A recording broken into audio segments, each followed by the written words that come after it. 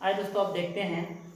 इससे पहले हम लोग क्या पढ़े थे, हमने एक सवाल बनाया था अवगांधरों के नियम पे, ठीक है ना। उसके बाद हम देखते हैं कि अगला पॉइंट हमारा क्या है, डाल्टन का नियम।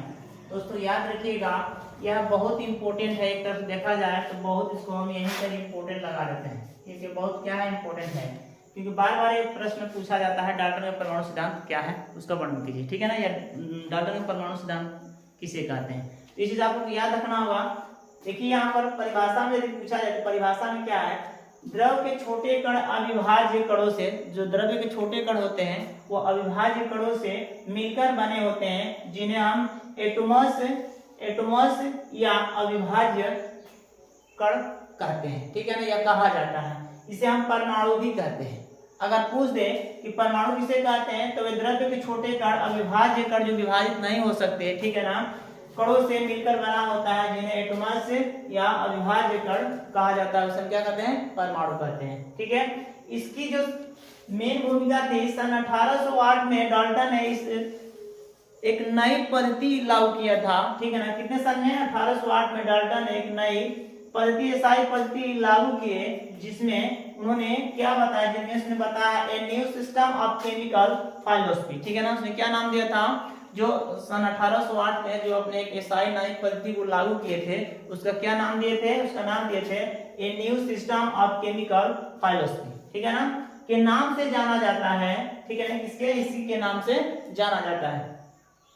आई होप कि इतना परिभाषा आप लोग को याद रखना होगा, क्योंकि सबसे मेन इंपॉर्टेंट होता है परिभाषा। अगर यदि परिभाषा आप लोग नहीं लिखते हैं तो समझिएगा कि नंबर नहीं मिलेगा। परिभाषा लिख दिया, यदि एग्जाम्पल नहीं लिखेंगे फिर भी आपको नंबर कम मिलेंगे। तो नंबर पूरा पाना है तो आपको परिभाषा के साथ क्या करना है, एग्जाम्पल भी लिखना पड़ेगा।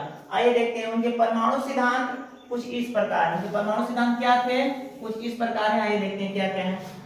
पहले देखिए, पहला पॉइंट वाइज करेंगे, वो द्रव्य अविभाज्य परमाणुओं से बने होते हैं, ठीक है ना। किससे बने होते हैं, वो जो भी द्रव्य होता है वो अविभाज्य कण से या अविभाज्य परमाणु से मिलकर क्या होते हैं, वो बने होते हैं। इतना आपको याद रखना पड़ेगा।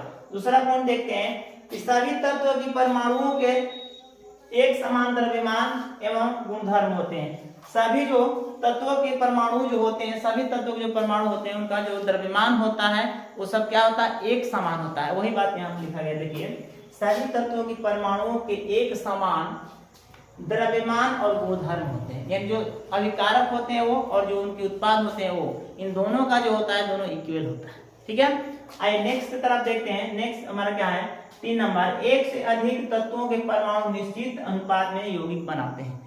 एक से अधिक तत्व जब अभिक्रिया करते हैं, ठीक है ना, तो अभिक्रिया करने के साथ परमाणु निश्चित रूप से क्या करते हैं, निश्चित अनुपात में, उसका अनुपात क्या होता है, निश्चित होता है, स्थिर अनुपात का नियम है, निश्चित अनुपात में यौगिक बनाते हैं।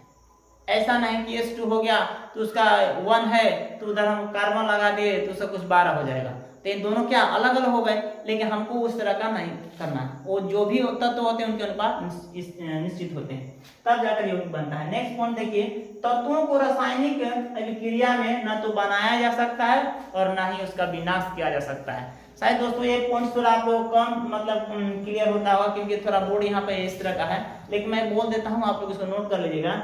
तत्वों को रासायनिक अभिक्रिया में न तो बनाया जा सकता है और न ही इसका विनाश किया जा सकता है, क्योंकि हम इसको चाह कर भी चाहेंगे तो बना नहीं सकते और चाह कर भी चाहेंगे तो इसको हम विनाश नहीं कर सकते, क्योंकि जो स्थिर होता है, जो निश्चित होता है, वही इसका द्रव्यमान होता है, जो उसका अनुपात निश्चित होता है वही उसका हमेशा के लिए होता है। तो बस आज की वीडियो में दोस्तों बस इतना ही जानेंगे। अब फिर अगले वीडियो में आएंगे एक नया टॉपिक को लेकर के, क्लास 11 का ये दूसरा वीडियो है। अब जो क्लास 11 का तीसरा वीडियो होने वाला है, फिर वो अगले समय लोड होगा। उसको आप लोग देखने के लिए अगर यदि आप चाहते हैं कि इसी तरह एजुकेशनल वीडियो आपको मिलता रहे तो इस चैनल को सब्सक्राइब कर लीजिए, और करने के बाद साथ में बेल आइकन है उसको भी दबा लीजिए, क्योंकि नहीं दबाएंगे तो फिर नोटिफिकेशन नहीं जा पाएगा और आप लोग इससे वंचित रह जाएंगे। बस आज के लिए इस वीडियो में इतना ही, फिर अगले दिन मिलते हैं, तब तक के लिए जय हिंद जय भारत।